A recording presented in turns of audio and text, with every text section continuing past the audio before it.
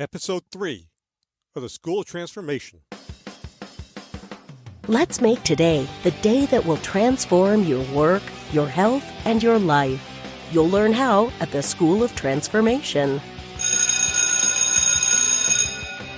Welcome to the School of Transformation, where each week you'll gain insights from top performers and experts that will offer you their advice and strategies that can help you reach higher levels of performance. And now, your host, Bob Choat.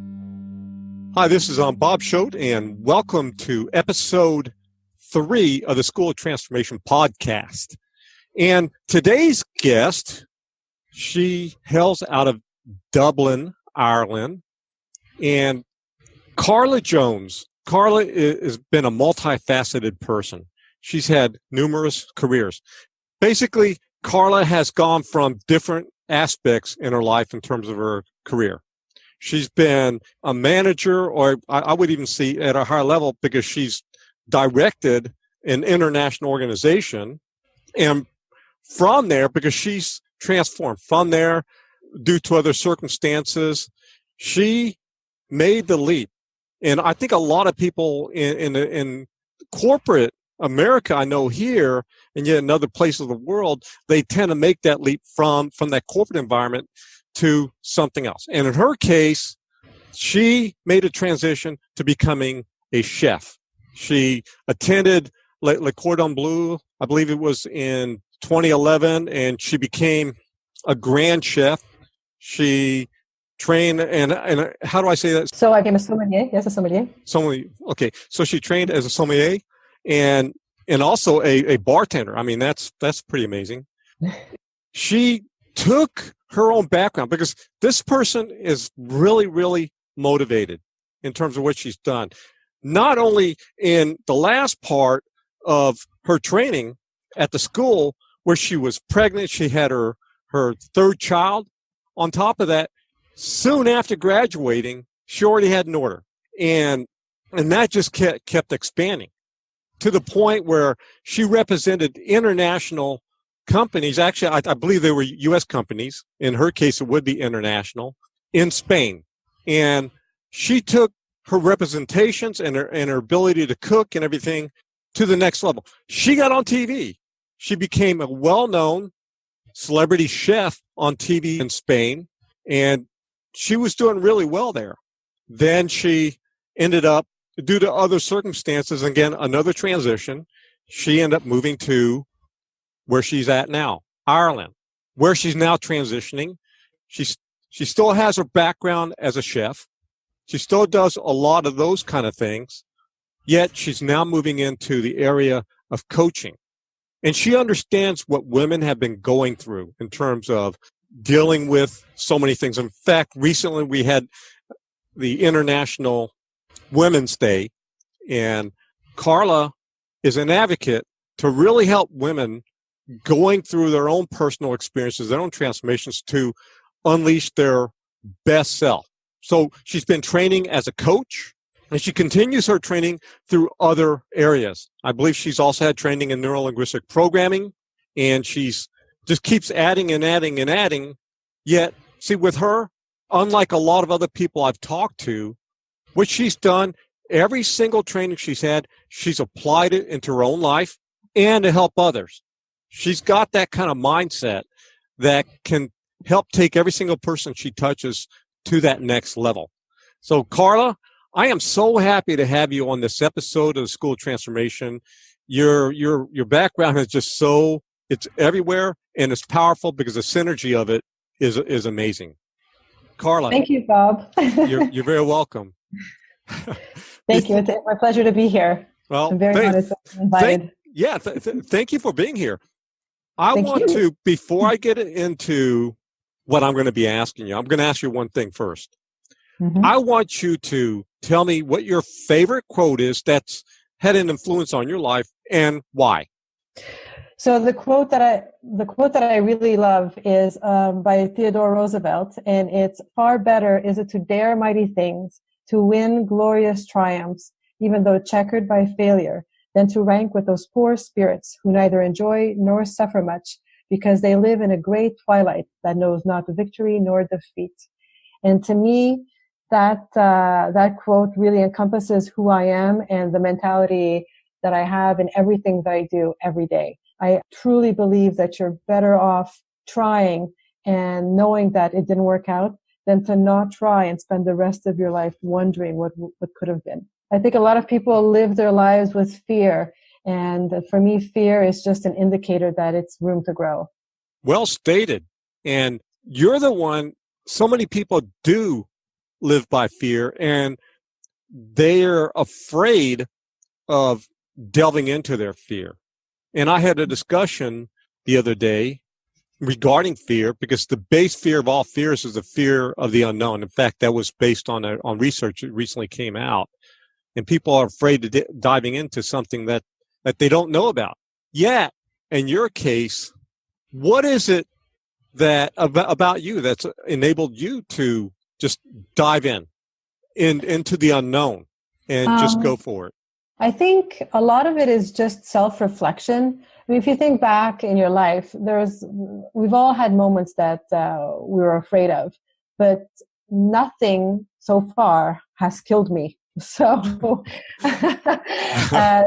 so all those moments that I was afraid, looking back on them, they're kind of silly. Most of the time, fear comes from not being prepared enough, or not, or worrying about what other people are going to say about you.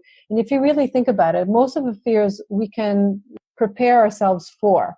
We can mentalize ourselves for it. We can prepare our minds for it. We can take baby steps so that we don't have to face our fears all at once. Mm-hmm. And as far as what other people think of us, well, their opinions are none of our business. It doesn't matter. And I haven't died yet from anything that I feared in the past. There's nothing, I'm not talking about, like, I don't know, for instance, jump off a building, because I know the chance of my dying would be like the fear of getting to a relationship, or those kind of fears.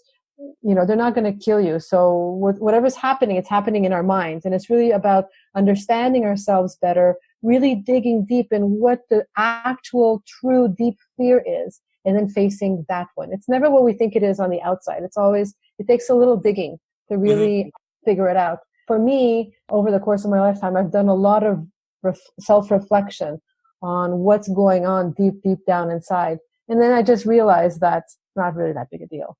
Yes. If other people can do it, I can do it. Perfect. Well stated.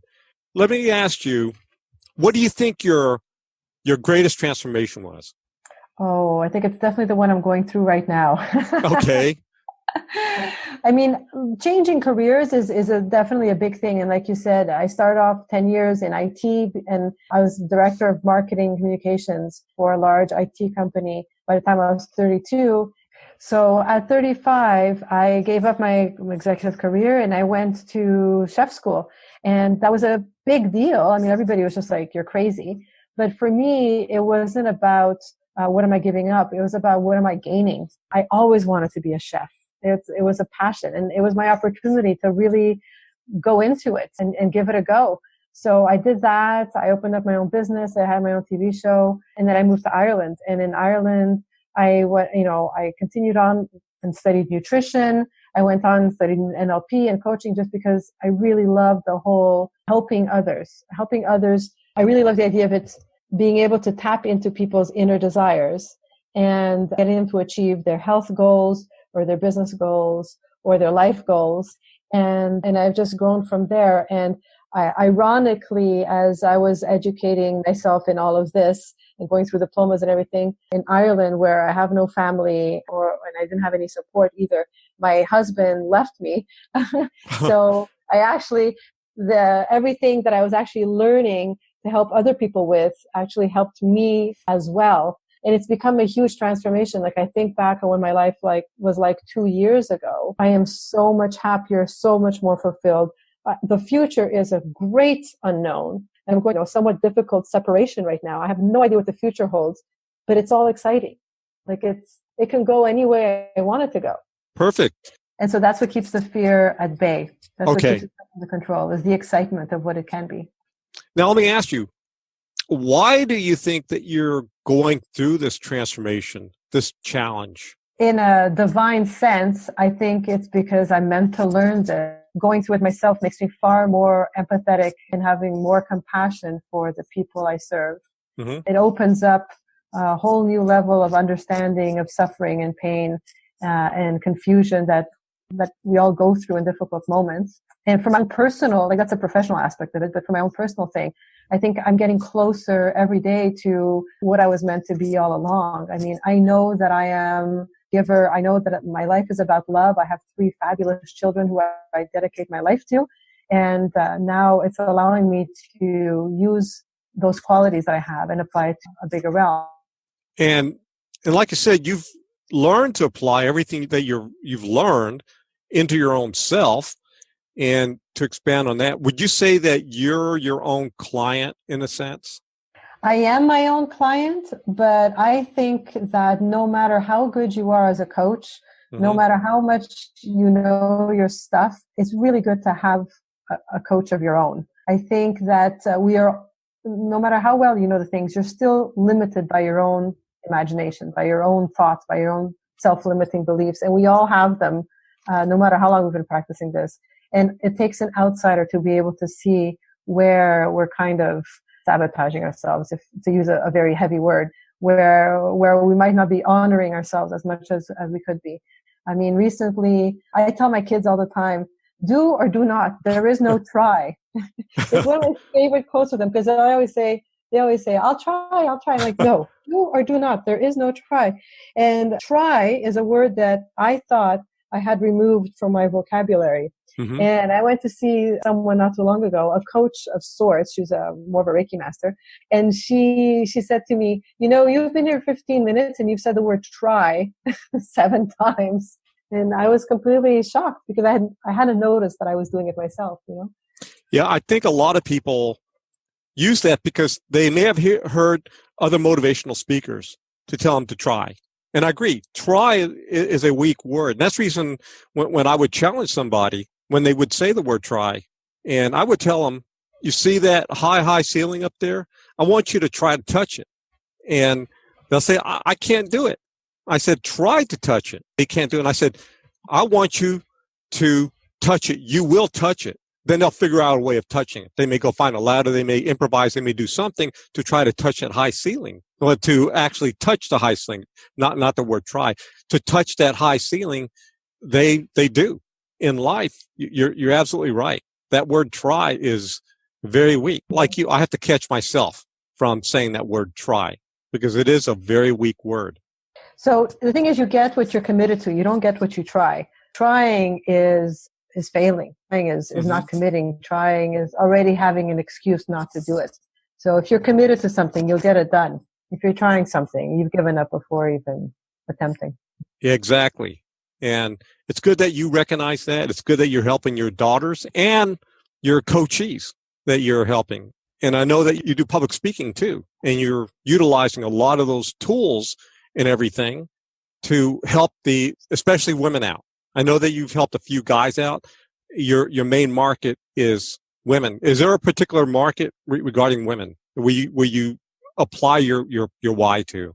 It's women who are looking to make changes in their lives. Now, normally, unfortunately, the only time or the time we're most likely to take the leap is when they're backed up against the wall. So like when they've been diagnosed with something, or when their husbands have left, or when they've lost their jobs. So that's where most of the clients come from. You don't have to wait till one of those moments, those crucial moments to make changes. I mean, if you're thinking about living, waking up in the morning, feeling a bigger sense of purpose. If you go to work and you're like not feeling all that fulfilled, if you're having a hard time managing work and life and children and everything you want to do, or if you're burnt out because you're not actually taking care of yourself the way you thought, you would as an adult. Yeah. In fact, it's good that you mentioned that because in your own background, at the level that you were at back in a corporate world, and there's a lot of women who may not feel fulfilled doing that kind of work, being a high-level executive, running an international business, working across, and then what you've been able to do in the IT industry. Again, a lot of women may be that corporate executive who want that transition. would you be able to come in and help that woman out? Oh, for sure. Which the only thing that's necessary is to wanting to being coached. And coaching, for anybody who hasn't done coaching before, as you know, Bob, it's not like consulting. It's not like therapy. Coaching really is about getting you focused on what you want and getting you there quickly. It's not about sitting and talking for hours on end or for years of therapy, or where you're sitting on the sofa, on the proverbial sofa, and talking about your childhood. Like, your childhood obviously has affected who you are today, but we don't have to focus on it. We can focus on your future and get you where you want to go. Yes, it's about getting. Yes, it's that action stuff, isn't it? Yeah, exactly. Yes. Okay. Now we're going to come down to the third part, which I call the how. And in a how, through a series of 3 tips or 3 strategies or 3 things, what can you offer that you've been able to do, focusing on 3, that can help out the audience listening, that can help out each listener to apply into their own life, that's helped you and others, that each person, once they apply, will help make a difference? I think the first thing to do is to mind your language. Most of us don't realize how much impact our words have on our mindset. Words are very powerful. It's a tool we use to represent the world around us. If you're using words like, "Oh, my day sucked," or that was really kind of crappy, you're creating an emotion and a memory attached that's negative. If you use things like, well, it wasn't what I wanted, but what are you going to do? That changes the whole memory and the emotion attached to it. Like, it's a lot less important, if you see what I mean. So then we tend to over dramatize the negative and subdue the positive. And in fact, we need to do the opposite. We need to over dramatize the positive and subdue the negative, so that there isn't as much negative being remembered into our brains. There isn't as much of a negative imprint into who we are. But on the other side, if we're over dramatizing the positive, and everything comes back to us as a more positive feeling. So definitely minding your languages is one. I know for myself, I noticed when I started using words like epic, amazing, fabulous, stupendous, extraordinary, then everything around me became so. And on the same side, I stopped using words like depressed, massively pissed off, and changed them to less impactful words. And the negatives dropped as well. The negativity in my life dropped as well. So that's number 1. Number 2, I would say that get really focused on what it is that you want. So if you're not feeling fulfilled, if you're not super happy in your career, you wish there was something more to life, then sit down, take an hour, and just clear your mind, and then imagine yourself in a year or 2 years or 5 years from now as whatever your ideal would be. Like, what is it that you want? Who do you want to be? How would it be to be that person? How would it feel? What would it smell like? What would you feel like to be that person? And then really get attached to that image, write as much as you can about it and focus on it. And then slowly start working your way backwards. If your goal is a year from now, start breaking it down into what do you need to achieve in quarter 4, quarter 3, quarter 2, quarter 1. Then what do you need to achieve in those months and in those weeks, and create your plan to get there. That works a lot better if you have someone helping you, like a coach, for instance, who can help you create a good, solid plan that works. I think when we create our own plans, we tend to over-commit ourselves, and a coach will keep you on target to make sure that you're not signing up to too much. Because if you sign yourself up to too much, you actually end up not committing, and then you kind of reinforce that whole failure side that we have. So it's good to have a plan, but to make the plan absolutely reasonable and doable, and commit to it, and just hash out one thing every day to get you to where you want to go. And number 3, self-care, for sure. I know for myself, like you're talking about being an executive. When I was an executive, I traveled a lot. I worked like crazy hours. And work was just more important because someone else was telling me it was. I had deadlines, I had meetings, I had all this stuff to comply with. And I forgot myself. I forgot to honor my kids in that. When I had my catering company, it was the same thing. I was on TV, I was here, I was there, I was everywhere. And I never took time for myself. Since my separation, I woke up like 6 days after my husband left, And I was just like, what the heck have I been doing? I'm completely burnt out. I don't even have the time to take care of myself. I don't have the energy to take care of myself. How am I going to take care of the kids and everything else that was going on? Because I was still studying and everything. And I made it a point to take every Friday off. So no matter what is going on in my life, Fridays are mine. And I spend those days getting my hair done, my nails done, a massage, going for a long walk, going for coffee with a friend.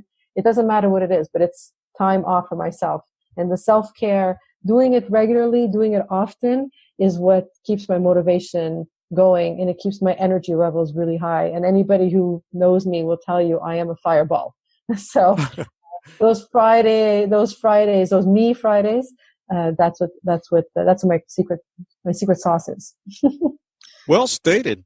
And I love each one of your tips. I think everybody can benefit from them. And I like to remind people to make sure and follow the 3 tips. Mind your language. Very important. We have, I think most people, if they think about in their mindset and in the words they say, it tends to be negative most of the time. Catch yourself, be aware of your language, and work to put more of those positive words. Positive words, like Carla said, epic, amazing, and so much more. Find yourself whatever positive language that works for you. Incorporate that into your own life. And her second one is get really focused on what you want. And I like the way she stated it. Find that ideal, the circumstance like 2, 3, 5 years down the line, and be focused on that. Stephen Covey says, begin with the end in mind. And I think that's kind of what she meant on this, is that when you begin with the end in mind and you work your way backwards and make sure you have the ideal plan, what works for you. Yes, I agree. Get a coach, because a coach can help you in so many ways. A coach can hold you accountable towards working your plan and yourself and keeping you on track, keeping you focused. That's really, really important. Number 3, self-care. Oh my gosh. I know I've been guilty of it. I think women, even much more, have been guilty of not taking care of themselves. They tend to take care of everything else, whether it's their work or other people. You got to find time for yourself. If you want to be the best for everybody around you, including if you're a mother, if you want to be the best for your children, you got to take care of yourself first. If you're not taking care of yourself and getting your needs met, that does a couple of things. That's going to hurt your children, because they're going to have that same example on the way they will live their life. And you're not going to have the energy to take care of them. So make sure you take time for yourself. In Carla's case, she has those Friday evenings. This is my time. This is what I'm going to be doing. And do it on a regular basis and do it often. So find that kind of time for yourself. As Carla said, her time is Fridays. So find that time for yourself and go out and do it.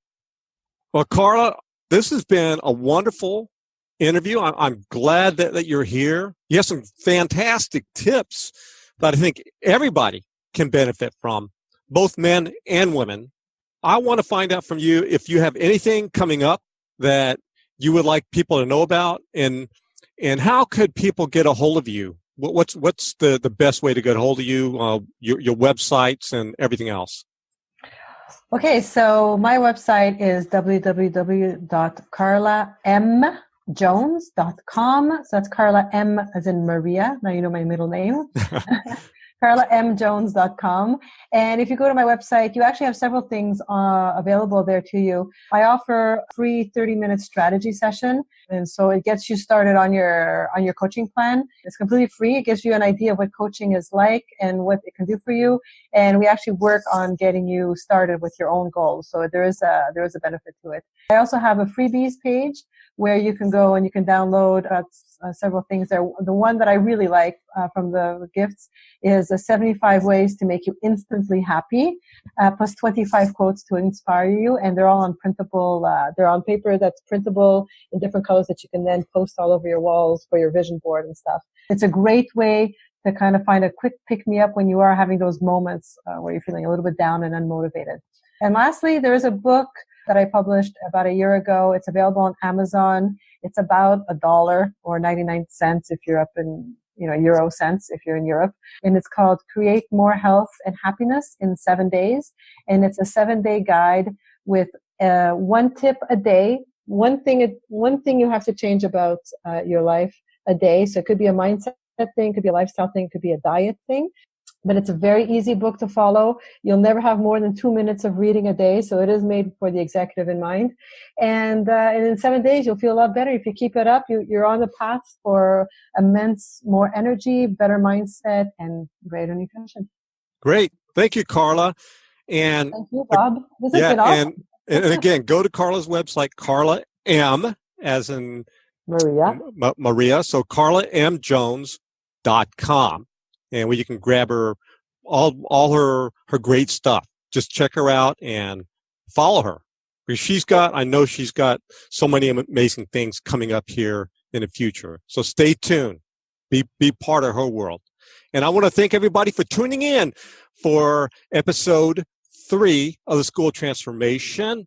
Be here, subscribe to my channel. So go to iTunes and subscribe to the School of Transformation.